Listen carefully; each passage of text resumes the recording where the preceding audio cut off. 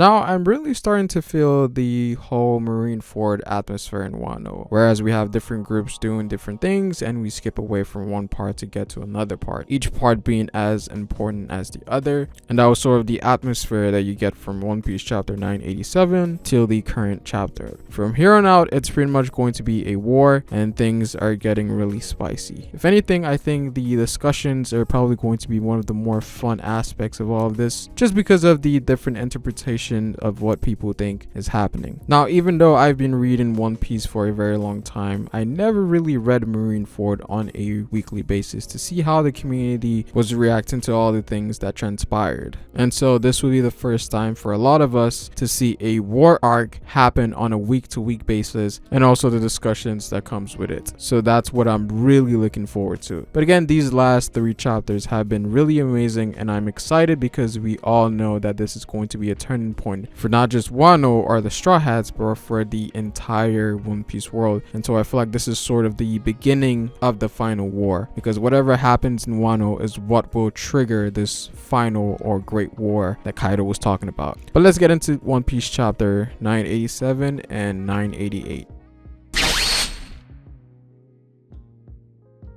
Now, first things first, Kaido versus the Scabbards. Amazing moment coming off of the breakthrough we had in the previous chapter, and the build up for this moment was intense, right? Because for each of them, this moment is something that they've been waiting for 20 years. And again, all that rage, anger, resentment that they had towards Kaido, everything went into this attack, and to our surprise, they were actually able to penetrate through Kaido's skin. Now, I can definitely see how people could have issues with this, because Kaido was hyped up to be this unkillable monster since his introduction in chapter 795, which was an insane introductory chapter for any character in the series. They mentioned that he was captured by the Yonkos and the Marines and they couldn't even kill him. So the hype around Kaido's defense or immortality was crazy, right? And so you come to this moment where we have people like Okiku and Raizo having the ability to sort of penetrate his indestructible skin, and that raises a lot of questions for a lot of people, again, which is a very reasonable reaction to have, because I also had a very similar reaction when this happened.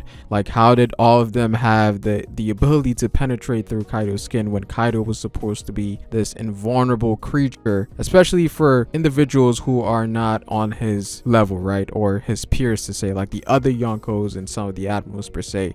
Now, there's 2 elements that really piqued my attention into how this possibly happened. The first one is actually one of the main themes of One Piece, or one of the main concepts that was introduced very early on, and that is the inherited will. That's the concept that we've seen play time and time again in the story, and it was no exception here. It was definitely hinted at here with Oden and the Scabbards. And here we got to see Kaido having a flashback to Oden, in which as soon as Kaido started to think about Oden, his scar started to ache, which is very reminiscent to what we had with Big Mom and Whole Cake, whereas her state of mind was the reason her defenses got lowered. Big Mom sees a picture of Lady Caramel, she gets reminded of a very unpleasant memory, her defenses get lowered, or it doesn't become as potent as it would be. Kaido remembers Oden, who was the first individual to hurt him, his scars start to ache, and his defenses gets lowered. I think we have to take all these things into account. Now, we don't know if it follows the same scheme as Big Mom, but there's a lot of correlations there between those two. And there was also the fact that Kaido was drunk to some degree, but I'm not sure if that played any role. Now, the second element is Ryo. Now, we've known Ryo to be a very hacks ability, given that it has an ability that allows the user to sort of propel one's haki into objects. Granted, that is the level 4 version, the highest level,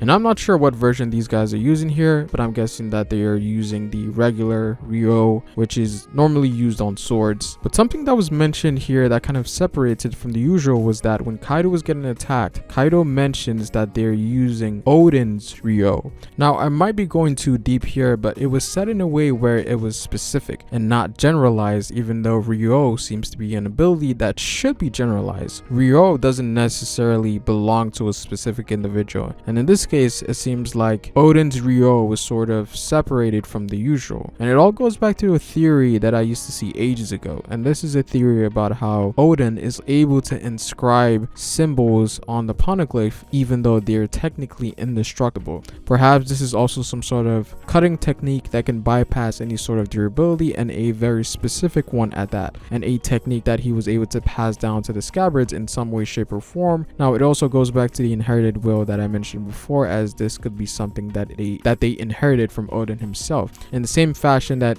Luffy's able to use the Red Hawk, which is kind of a reference to Ace, and that goes along with the whole inherited will theme as well. That could also apply here. And even when Kaido flashbacks to Odin says that they can forget me, but my soul will live on, and the soul can be translated to spirit or ambition, and that is the source of one's haki. So there's a lot that could be said here, and obviously a lot of speculation that could go into it as well. There's one thing that we do have to remember. This probably took Kaido's HP down to 99.9 for me anyways. I feel like this is negligible for Kaido and something that he can recover from very quickly, but this definitely gives hope that this individual, the unkillable individual, can actually be defeated, and that's where the supernovas are going to come into play, specifically Kid, Luffy, and Law, perhaps Zoro as well, and a bunch of other strong fighters we have on our side like Marco. Now there is a distinction to be made between what Odin did versus what the Scabbards did, and I'm not sure if it makes too much of a difference, but I think it should, and that was that Kaido was not in his dragon form, which I assume should have more durability, since the dragon skill is what Luffy was aiming for when he thought about defeating Kaido. A defense where the highest level of armament is needed, which is the internal destruction that Luffy learned, and this form of haki is the most truly advanced form of armament, as the only capable users confirmed that we know about that is able to use it is Luffy and Rayleigh. Not a lot of people can use this. So the Scabbards were able to hurt him in base form, but that might not be the case for his dragon form, but we'll see how things play out. Interestingly, we also got a comment from Kaido about betrayal, with him saying that Luffy will betray the samurai when they start losing. This is a very interesting quote from Kaido, because there's obviously more depth here in regards to something that may have happened to him in the past, and that could be during his time on the rocks, perhaps during the incident of the God Valley. And we also talk about the possibility of Big Mom betraying Kaido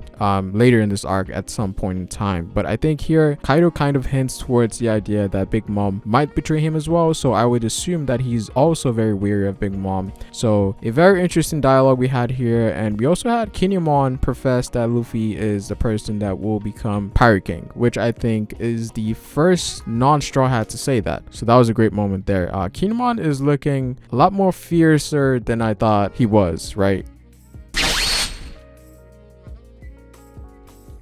Now, Marco and Perez Sparrow. Now, this is very interesting. Now, this basically confirms that what Marco saw was Perez Sparrow back a few chapters ago. But judging from this panel that we see here, it seems like they have entered some sort of alliance or struck some sort of deal. Now, we know Perez Sparrow is a very conniving individual in his nature, and we also know that one of his plans was to make Big Mom the winner in all of this, the Big Mom Pirates the winner. So it's not surprising that he would actually team up with Marco to defeat a common enemy, to say. But that also goes for Marco as well. Maybe Marco saw it in a way as to push the odds for the alliance to win this battle. So very interesting, and I'm not sure what to expect. A very unexpected team up, but I will say that Perez Sparrow has been pretty solid ever since Whole Cake, so I am looking forward to what he's going to bring to the table. Now, the Banks and the full moon. Definitely a moment that we've been waiting for ever since it was mentioned that the battle was going to take place on the night of a full moon. This was something that was kind of foreshadowed ever since then, and seeing it come into play here was amazing. Now, we're still waiting on that Inu and Neko Sulong transformation that's probably going to be godly as hell, but it's obviously being saved for as last resort. And it's probably going to be an amazing panel. I think we're probably going to get a double spread, or I'm hoping that we get a double spread of Sulong, Neko, and Inu. It really makes you wonder how strong the Dukes are going to be in their Sulong forms. And if they're tussling with Yonko commanders in base form, I could only imagine how much stronger they would be. So that was a moment. So that's a moment that we're all looking forward to. Now, Sanji versus King, a very unexpected matchup, but it makes sense given that this is a Royal Rumble at this point to say. This is a war, so we're going to see a lot of random matchups. But going back to King versus Sanji here, this was someone that we thought, that a lot of us thought Zoro was going to fight. Again, which could still happen because there's a lot of chances here, but there's a lot of similarities in terms of combat traits between Sanji and King. One of them is that they both use fire of sorts. Diablo Jambe and King have as King's moniker is the wildfire, so one would expect him to have some sort of fire ability that probably relates to his race or something. The second one is that they are both capable of flight. So Sanji did say that he specializes in aerial combat when he fought Doflamingo, and King has a flying dinosaur devil fruit. So it is very interesting that they do have very similar traits. And of course, Sanji was the person to save Momo, just like a lot of us predicted, and it was something that we've seen time and time again with Sanji. And I will say that I am excited to see more of King, because I feel like there's still an aura of mystery around him, and also the fact that he's the strongest commander, and Oda always puts some sort of highlight on these guys. But definitely looking forward to what's coming next. But that's pretty much it for this video, guys. I should be caught up to the most recent chapter in my next video, and obviously the main talking point of that video is going to be the Straw Hats, because they have shown a lot of growth. But from then on, we should be back on the regular schedule as everyone else, and I should be back to making discussion and theory videos on the channel. But comment down below what you guys think. I would appreciate it if you guys like the video and subscribe for more One Piece content on this channel. It is Sparrow, and I will see you folks later. Peace.